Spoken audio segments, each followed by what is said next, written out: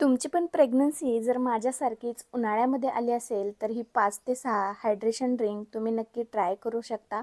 तर पहिलं आपण पाहणार आहोत ते म्हणजे कलिंगडाचं सरबत. अगदी सोप्या पद्धतीने. इथे मी एक मिक्सरचं भांडं घेतलेलं आहे आणि तुकडे करून थोडंसं कलिंगड घेतलेलं आहे. हे या मिक्सरच्या भांड्यामध्ये टाकूया. 5 ते 6 पुदिन्याची पाने. झाकण लावून हे आपण मिक्सरला बारीक करून घेऊयात. बारीक करून झाल्यानंतर हे आपण गाळणीच्या मदतीने गाळून घेऊयात, म्हणजे यामधील बिया सेपरेट होतील. तर इथे गाळून झालेला आहे. एका ग्लासमध्ये 2 ते 3 बर्फाचे खडे घ्यायचे आहेत. यामध्ये 1 चमचा भिजवलेला सब्जा घालायचा आहे आणि जे कलिंगडाचा आपण ज्यूस बनवलेला आहे ते यामध्ये टाकायचं आहे. तयार आहे इथे आपलं कलिंगडाचं सरबत. तर आपण आता दुसरा प्रकार पाहणार आहोत. इथे मी 2 ते 3 गोंद कतिराचे खडे 4 ते 5 तासासाठी भिजत ठेवलेले होते. 1 ग्लास घ्यायचा आहे. यामध्ये 1 चमचा गूळ पावडर टाकले आहे, 2 चमचे भिजवलेला गोंद कतिरा आणि 1 ते 1.5 चमचा लिंबूचा रस घालायचा आहे. यानंतर यामध्ये 1 ते 2 चमचे भिजवलेले सब्जा बिया घालायचे आहेत आणि 2 ते 3 बर्फाचे खडे, 4 ते 5 पुदिन्याची पाने टाकायची आणि 1 ग्लास पाणी. तयार आहे आपले इथे गोंद कतिरा सरबत. हे शरीराला थंडावा देण्याबरोबरच आपली हाडे सुद्धा खूप मजबूत बनवते. तिसरा प्रकार आहे नाचणीचा आंबील. इथे मी 2 ते 3 चमचे नाचणी सत्व घेत आहे. तुम्ही पीठ सुद्धा वापरू शकता. यामध्ये अर्धा ग्लास पाणी घालायचं आहे आणि हे पीठ एकजीव करून घ्यायचं आहे.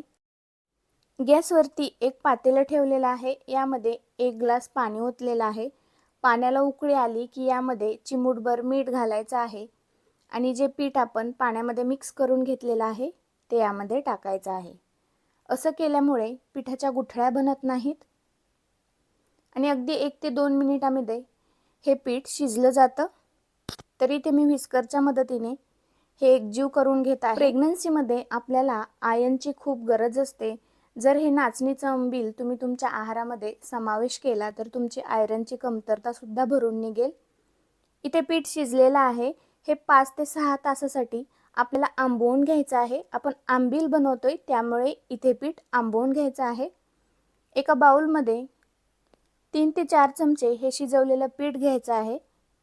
यामध्ये अर्धी वाटी फेटलेलं दही घेतलेलं आहे. घट्ट दही वापरायचं आणि व्हिस्करच्या मदतीने पुन्हा हे एकजीव करून घ्यायचं आहे. तुम्हाला जेवढं पातळ हवं आहे त्यानुसार तुम्ही यामध्ये पाणी टाकू शकता. इथे 1 ग्लास मी पाणी टाकलेलं आहे आणि बारीक चिरलेली कोथिंबीर आणि 2 ते 3 बर्फाचे खडे आपल्याला यामध्ये टाकायचे आहेत. तर इथे तयार आहे आपलं नाचणीचं आंबील. तुम्ही यामध्ये बारीक कट केलेली हिरवी मिरची किंवा 2 ते 3 लसणाच्या पाकळ्या सुद्धा टाकू शकता. आंबील शरीराला थंडावा देण्याबरोबरच आपल्या बाळाला जी पोषक तत्वे हवी आहेत ते देण्यास सुद्धा मदत करते. पुढचा प्रकार आहे ते म्हणजे संत्र्याचं ज्यूस. तर इथे मी 2 संत्री सालं काढून सोलून घेतलेली आहे. मिक्सरच्या भांड्यामध्ये ही संत्री आपण काढून घेऊयात. यामध्ये 2 बर्फाचे खडे मी घातलेले आहेत. झाकण लावून हे आपण मिक्सरला फिरवून घेऊयात. यानंतर गाळणीच्या मदतीने हे गाळून घेऊयात, म्हणजे यामधील बिया सेपरेट होतात. संत्र्यामध्ये भरपूर प्रमाणात विटॅमिन सी असल्यामुळे फॉलिक ॲसिडची आपली कमतरता भरून निघते. तर संत्र्याचा काढलेला ज्यूस एका ग्लासमध्ये आपण ओतून घ्यायचा आहे. यामध्ये 1 चमचा भिजवलेला सब्जा घालायचा आहे आणि तयार आहे इथे आपला संत्र्याचा साधा सोपा असा ज्यूस. उन्हाळ्यामध्ये तुम्ही हे ड्रिंक नक्की बनवू शकता आणि खूप सोपं आहे. पुढचा प्रकार आहे चना सत्तू ड्रिंक. तर इथे मी फुटाण्याची पावडर बनवलेली आहे. 2 ते 3 चमचे ही फुटाण्याची पावडर एका बाउलमध्ये घ्यायची आहे. यामध्ये बारीक चिरलेला कांदा घालायचा आहे, थोडासा बारीक चिरलेली कोथिंबीर, 2 ते 3 पुदिन्याची पाने, 1 चमचा लिंबाचा रस घालायचा आहे, पाव चमचा जिरेपूड टाकायचे आहे. हवं असल्यास तुम्ही 1 चमचा साखर सुद्धा वापरू शकता. चवीनुसार मीठ आणि 1 ग्लास पाणी यामध्ये मी घातलेलं आहे. हे मिश्रण आपल्याला एकजीव करून घ्यायचं आहे आणि अगदी सोप्या पद्धतीने हे चना सत्तू ड्रिंक तयार होतं. यामध्ये भरपूर प्रमाणात प्रोटीन आहे. 2 ते 3 बर्फाचे खडे घालायचे आहेत आणि थंडगार सत्तू ड्रिंक आपलं इथे तयार आहे। एका ग्लासमध्ये हे आपण काढून घेऊयात। अगदी घरगुती साहित्यामध्ये हे तयार होतं। तुम्ही नक्की घरी बनवून पाहू शकता। उन्हाळ्यामध्ये हे खूप फायदेशीर आहे। पुढचा प्रकार आपण पाहणार आहोत ते म्हणजे मसाला ताक। अगदी सोप्या पद्धतीने एका बाउलमध्ये 2 ते 3 चमचे घट्ट दही घ्यायचं आहे। यामध्ये अगदी अर्धा चमचा मी साखर घातलेली आहे, अर्धा चमचा जिरेपूड टाकलेले आहे आणि हे आपण फेटून घेऊयात। प्रेग्नन्सीमध्ये वरून जास्त मीठ खायचं नसल्यामुळे यामध्ये मी मीठ घातलेलं नाही। हे मिश्रण एकजीव झालं की यामध्ये 2 ते 3 बर्फाचे खडे घातलेले आहेत।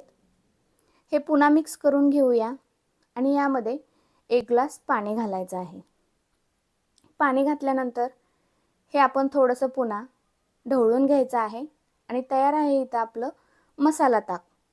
एका ग्लासमध्ये हे आपण काढून घेऊयात। ताक सुद्धा उन्हाळ्यामध्ये आपल्या शरीराला थंडावा देतं आणि प्रेग्नन्सीमध्ये तर भरपूर प्रमाणात लिक्विडची आपल्याला गरज असते। पुढचा प्रकार पाहूयात कैरीचे पन्हे।